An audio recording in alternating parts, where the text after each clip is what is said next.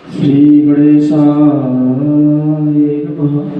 वक्रतुंड महाकाय कोटि सूर्य समप्रभा निर्विघ्नं कुरु मे देव सर्वकार्येषु सर्वदा। गुरुर्ब्रह्मा गुरुर्विष्णु गुरुर्देवो महेश्वरः गुरुर्साक्षात् परब्रह्म तस्मै श्री गुरुवे नमः। आए हो तो प्रेम से लो हरे का नाम, सब भक्तों को रजनीश की जय जय राधे श्याम। मंगल में परात्पर परम ब्रह्म परमात्मा की अखिल करोड़ आलय भक्तवान की कल्प करोड़ तरंदित बिंदित पीताम्बरधारी श्री बाल कृष्णलाल की प्रत्यक्ष मंगलमय मूर्ति। प्रिय बंधु, हम सब भगवान की भागवत के से पावन चरित्र में पावन कथा में अपने जीवन को कृतार्थ कर रहे हैं, अपने पापों को खत्म कर रहे हैं, अपने पापों को नष्ट कर रहे हैं। क्योंकि भाग्योदीन बहुजन्म समर्जितेन सतसंगमं च लभते पुरुषो यदा वै अज्ञान हेतो कृतमोदान्धकार नासं विधातरो देते विवेका। हो सकता हमारे किसी जन्म का पाप हो जिससे हम भागवत कथा को श्रवण न कर सके। हो सकता है किसी जन्म जन्मांतर का हमारा कहीं पाप होता है, कोई हम भागवत जी के कथा बगल में हो रहता है पर हम जा नहीं पाते। क्यों? कारण है कि जब तक हमारा और आपका भाग्य नहीं उदय होता है बंधुओं, तब तक हम भागवत जी की कथा श्रवण क्या भागवत जी के शरण में जा ही नहीं सकते हैं।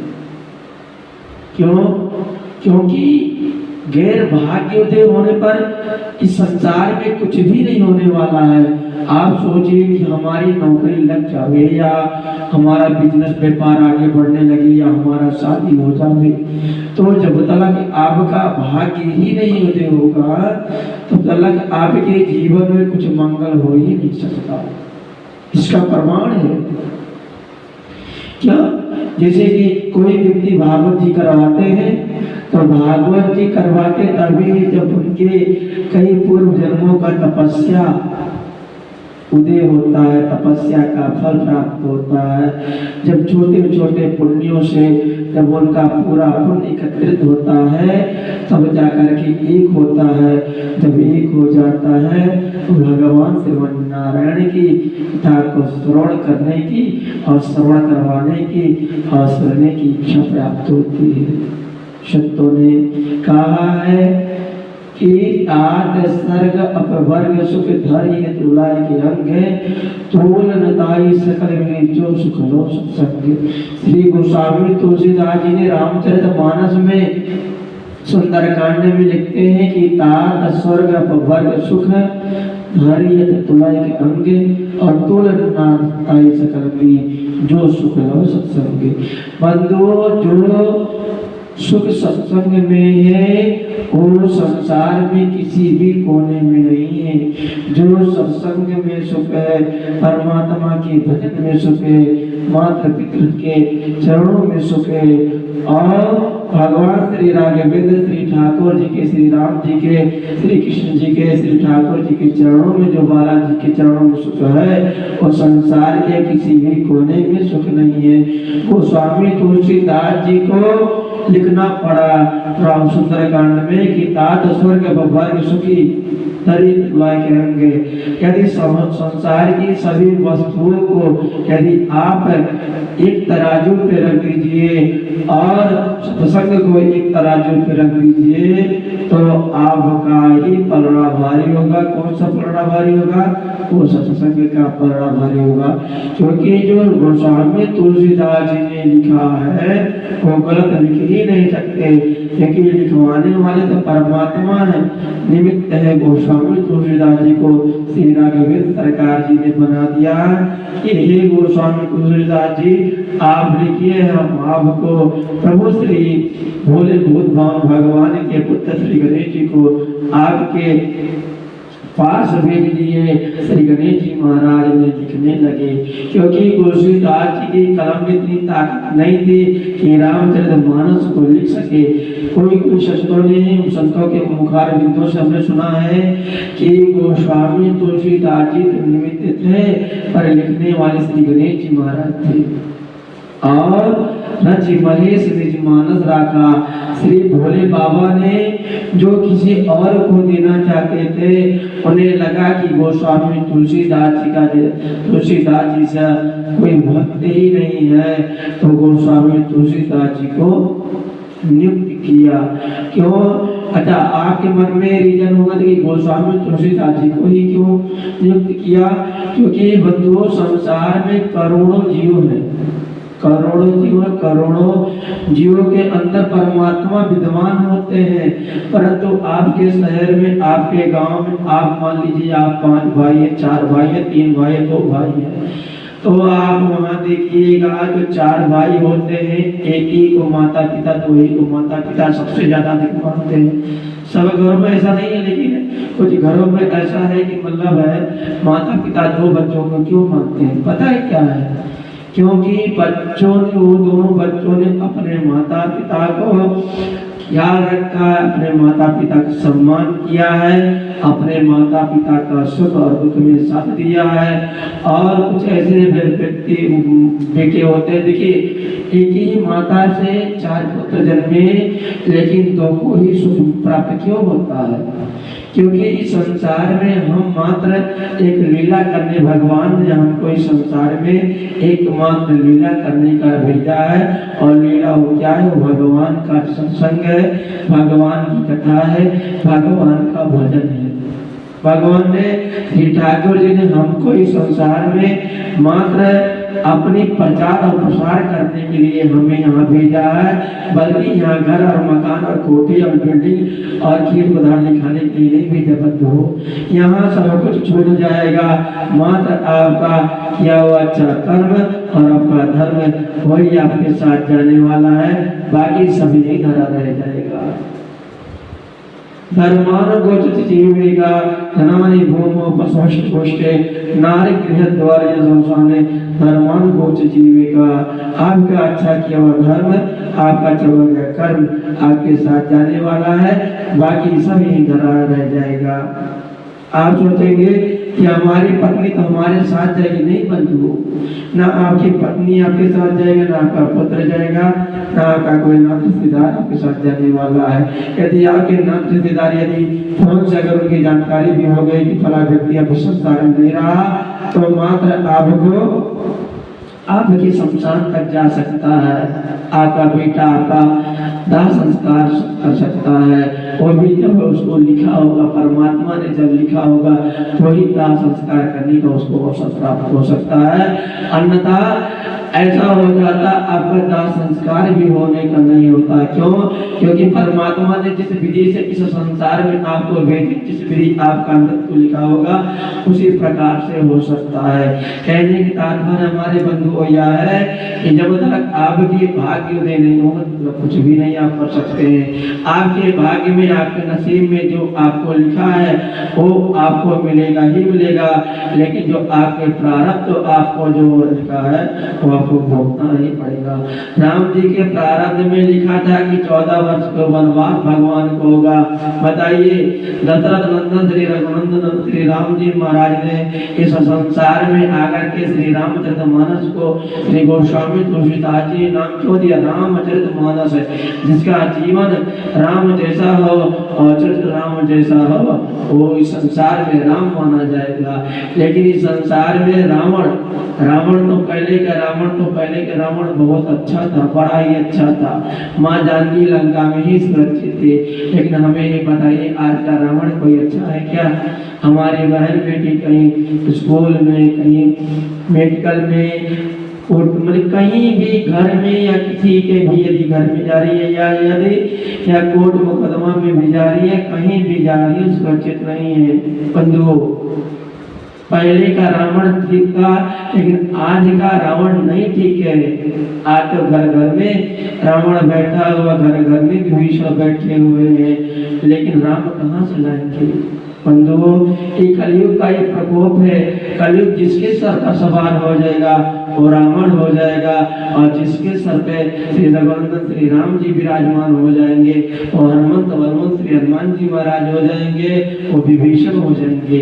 विभीषण राक्षस कुल पे ही उनका जन्म हुआ, परंतु रघुनाथ जी की इतनी विशेष कृपा थी कि उनकी किसी न किसी जन्म का उनका पुण्य था। तो रावण ने लात मारा, और रावण ने जब लात मारा तो वो संसार के किसी मनुष्य के पास नहीं दिख गए, वो संसार के किसी ये अपने भाई या बंधु 1.25 लाख नाती श्री रावण का था, 1.25 लाख पुत्र पर किसी के सहारे नहीं हुए। यदि किसी की यदि आपको संसार में यदि आपको कोई धक्का दे मार दे, यदि आपका कोई सहारा नहीं बन रहा है, तो बंधु आपसे निवेदन ये करेंगे, आप ठाकुर जी के शरण में चले जाइए। जो आपके पास नहीं है, और जो आप सोचे भी नहीं है, जो आप कल्पना भी नहीं किए हैं, और श्री ठाकुर जी ने बेझिझक दे देते हैं। अच्छा, हमें ये बताइए, श्री विभीषण जी महाराज ने क्या सोचा था कि हमारा भाई रावण हमें लात से मारेगा? नहीं पता था। विभीषण जी ने कभी सोचा ही नहीं थे कि हमारे भाई रावण हमें कभी लात मारेंगे। विभीषण जी ये सोचे ही नहीं थे कि पराई स्त्री पे हमारे भाई विभीषण का नजर जाएगा। परंतु जो विभीषण जी सोचे नहीं थे, विभीषण जी ये भी नहीं सोचे थे कि श्री भोले बाबा कब हम पर, भोले बाबा तो रावण का भक्त रावण में भगवान भोले बाबा का भक्त था, और भोले बाबा का पूजा तो करते थे, लेकिन जितना रावण करता था उतना पूरी सृष्टि में किसी ने भगवान शंकर का पूजा नहीं किया। बंधु, इस पूरे सृष्टि में यदि अगर प्रथम श्रेणी में माना जाए तो रावण का ही बहुत पहले नंबर आता है, कि रावण जैसा भक्त और रावण जैसा तपस्वी कई संसार में हुआ है और ना ही होगा, क्योंकि वो अपने बाहुबलों से, अपने तपोबल से भगवान का कैलाश पर्वत ही उठा लेता था। जब चाहता था तब उठा लेता था, और जब चाहता था तब देता था, उसमें थी ताकत थी। पहले का रावण ठीक था बंधु, पर आज का रावण नहीं ठीक है। हमारी बहन बेटी कहीं भी सुरक्षित नहीं है, स्कूल में, कॉलेज में, कोर्ट में, मुकदमा में, या पुलिस स्टेशन में, या हॉस्पिटल में, कहीं भी नहीं सुरक्षित है। आपका ये निगेटिव है कि हमारी बहन बेटियां सुरक्षित ना बंधु, स्कूल कॉलेज में भी नहीं सुरक्षित है। यदि आपका लड़का पढ़ने जा रहा है तो अपने बच्चों से पूछे, बेटा आपके साथ में कोई बदतमीजी तो नहीं किया, आपके साथ में गलत तो नहीं किया? क्योंकि आज के इस कलिकाल में बच्चों और बच्चिया के भी शोषण हो रहा है। हमारे भारत देश में ऐसा कलयुग का प्रभाव पड़ रहा है। कलयुग का प्रभाव क्यों पड़ रहा है? क्योंकि हम लहसुन प्याज मांस मदिरा को भक्षण कर रहे हैं। जब मांस मदिरा को हम भक्षण करेंगे, कलयुग नहीं मस्तक विराजमान होने के कारण रघुनाथ विराजमान होंगे। इसी जाके साधु संतों ने कहा कि लहसुन प्याज मत खाइए, मांस मदिरा मत खाइए, क्योंकि लहसुन प्याज तामसिक होता है, और मांस मदिरा जो होता है आपको पाप में ही ढकेलता है। जब आपको पाप में ढकेलता है तो आप पापी करेंगे, क्या पुण्य करेंगे? आप पाप करने वाला व्यक्ति पापी करता है, पाप का भोजन करने वाला व्यक्ति पापी करता है, पुण्य नहीं कर सकता। हाँ, किसी जन्म का उसका अधिक पुण्य है, यदि थोड़ा अधिक पुण्य है, सत्संग के माध्यम से उसका जीवन सुधर सकता है। यदि उसका अगर जन्म में यदि किसी भक्त के यहाँ हो जाए तो पापी भी तर जाता है। जैसा खाओगे अन्न वैसा होगा, जैसे आपके मन में विचार होगा वैसे ही आपकी वाणी आपके समस्त प्रस्तुत होगा। बंधुओं, या किसी सामने आप बोल देंगे, जो आपके मन में सोचेंगे वो आपके मुंह से निकल ही जाता है। क्यों? कारण यही है कि जब व्यक्ति के बहुत जन्मों का पुण्योदय होता है तब कोई अच्छा कार्य देख सकता है। जैसे मोबाइल आप चलाते हैं, मोबाइल में बहुत कुछ आता है, पर आपका जैसा मन होगा वैसे नहीं आप मोबाइल चलाएंगे। अब आपका मोबाइल देखने को हो गया, भगवान की लाओ तो थोड़ा रामकृष्ण मोहन देखिए, थोड़ा भागवत जी को सुने, थोड़ा बागेश्वर वाले महाराज की थोड़ी कथा, बलवंत सिंह हनुमान जी की कथा सुने, अनिरुद्धाचार्य जी की कथा सुने, देवकीनंदन जी की कथा सुने। तो जब आपके मन में जब किसी पुण्य का संचय पुण्य एकत्रित हो, आपके दिमाग में होगा, किसी जन्म का होगा, तभी आप किसी अच्छे चीज को देख सकते हैं, अच्छे चीज को सोच सकते हैं। यदि आपके मन में गंदी ही सोचे तो गंदा ही आपका मन होगा, गंदा ही आपका विचार होगा। कारण यही है। और यदि आप भगवान का भजन करते हैं, हम तो कहते हैं कि आप 365 दिन श्री हनुमान जी की हनुमान चालीसा 7-7 बार पढ़िए, लेकिन जो आपके भाग्य में नहीं है वो हनुमान जी आपको दे सकते हैं। क्योंकि इस संसार में हनुमान जी ऐसे हैं जो बिगड़े काम बना देते बंधु। हनुमान जी कलिकाल के राजा हैं। जब राम जी अपने गोलोक धाम को जाने लगे तो हनुमान जी को कहा कि हनुमान तुम्हें क्या चाहिए। हनुमान जी ने कहा कि प्रभु हमें क्या चाहिए, हमें आपके भजन की सिवाय संसार में और क्या चाहिए। बोले हनुमान जब तुम्हें भजन ही चाहिए तो जाओ मैं तुम्हें आशीर्वाद देता हूँ, जन्म जन्मांतर तक तुम भजन करो और कलयुग का जब अंत होगा, जब सृष्टि का प्रलय होगा तो हमारे धाम को चले आना। और जो भी भक्त हमारे नाम से हमारे नाम का भजन करेगा उस संसार में उसे कोई वस्तु दुर्लभ नहीं होगी। जब योग माया ने जब गोकुल में जब जन्म ली योग माया ने, तो जब कंस को पता चला, वसुदेव जी के द्वारा योग माया को मथुरा में लाया गया और जब कंस ने उस योग माया को अपने हाथ में लेके पटका तो योग माया ने आकाश में उड़ गई और आकाश में उड़ के गई। अरे कंस तू मुझे क्या मार रहा है, तुझे मारने वाला तो जहाँ कहीं पैदा हो चुका है, जहाँ कहीं पैदा हो चुका है, मुझे क्या मारता है। वही योग माया ने, भगवान ने आशीर्वाद दिया कि हे योग माया तुम ऐसा लीला करना है, जाके कंस को कहो कि तुझे मारने वाला कहीं और पैदा हो गया है, अब तो निर्दोष बालकों और साधु संतों को सताना बंद कर। अब तेरी ठठरी और गठरी मारने के लिए श्री बाल कृष्ण लाल श्री देवी के पुत्र बनकर करके यशोदा की गोद में खेल रहे हैं और अब तुम्हारी ठठरी और गठरी बहुत जल्द बन जाएगी। योग माया ने वही विंध्याचल आदि पर्वतों पर नाना रूप से माँ जयंती मंगला काली भद्र काली कपाल दुर्गा क्षमा शिवरात्रि स्वाहा दानव सुते। भगवान श्री कृष्ण ने कहा कि हे योग माया संसार में जो भी तुम्हारा भक्त तुम्हारा सेवा करेगा, काली दुर्गा जी का जो भी अन्य देवियां हैं, आपका सेवा करने वाले भक्त को कोई भी वस्तु दुर्लभ संसार में नहीं होगा। जो भी नहीं, जो उसे लिखा भी नहीं है और मात्र तुम्हारे सत्सेवा मात्र से उसे प्राप्त हो जाएगा। ये सत्य घटना है बंधु, ये सत्य घटना, क्योंकि भगवान की वाणी जो है वो कभी मिथ्या हो नहीं सकती।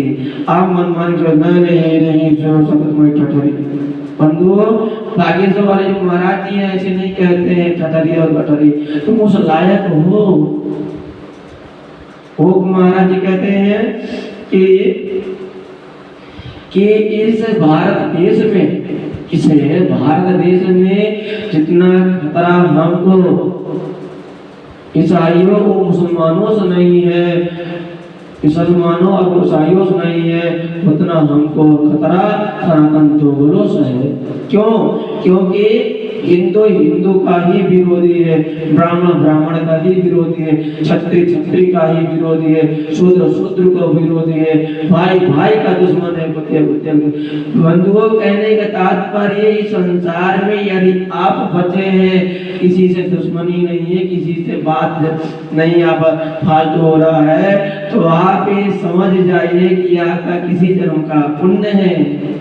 आपका अच्छा परिवार मिल गया, आपको अच्छा नात रिश्तेदार मिल गया, आपकी पत्नी अच्छी मिल गई, आपका परिवार, आपके माँ बाप अच्छे मिल गए, तो ये समझ लीजिए कि आपके किसी जन्म का पुण्य है, तो ही आपके अच्छे माता पिता मिले हैं। यही रीजन है। यदि आपके माता पिता, आपके भाई बंधु, आपके कुल खानदान यदि आपका गड़बड़ है, तो समझ लीजिए आपका किसी जन्म का इतना कुकर्म आपने किया था, तो आपको ऐसे नालायक परिवार आपको मिल गए।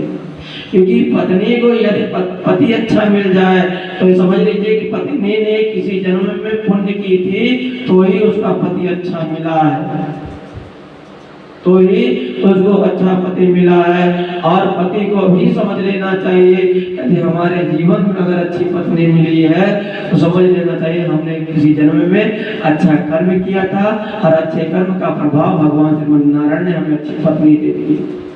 किसी को देखिए हमेशा झगड़ा ही होता रहता है, तू मैं कमा रहा है लेकिन शांति ही नहीं है। 10,000 20,000 50,000 कमा रहा है लेकिन शांति नहीं है।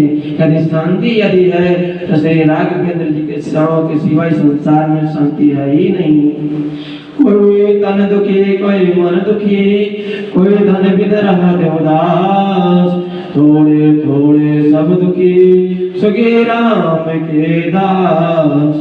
कोई तन से दुखी है, कोई मन से दुखी है, कोई धन से दुखी है, कोई संतान से दुखी है। जिसको संतान है, अच्छा संस्कार दिए हैं, तब तो भगवान की बड़ी कृपा है। और संस्कार देने में अगर तनी भर लापरवाही हो गया, तो समझ जाइए आपकी उल्टी गिनती गिना देगा आपका पुत्र या पुत्री।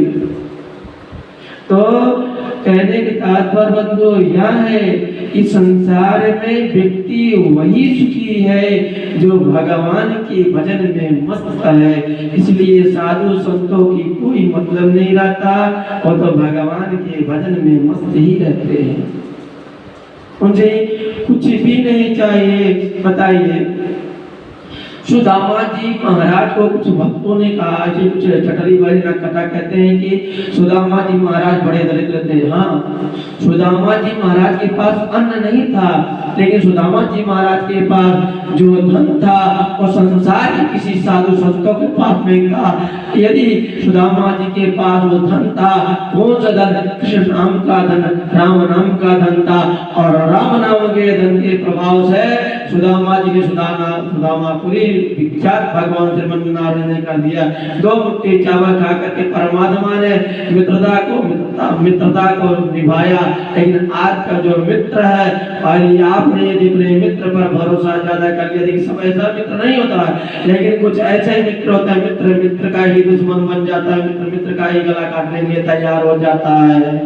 बंधुओं, एक कलयुग की इतनी कुप्रभाव है, इसलिए हम कहते हैं, साधु संत कहते हैं कि भैया भजन करो, भजन कर मस्त जवानी में, बुढ़ापा किसने देखा है। भजन कर मस्त जवानी में, बुढ़ापा किसने देखा है। बुढ़ापे की क्या क्या विशेषता है सुनिए।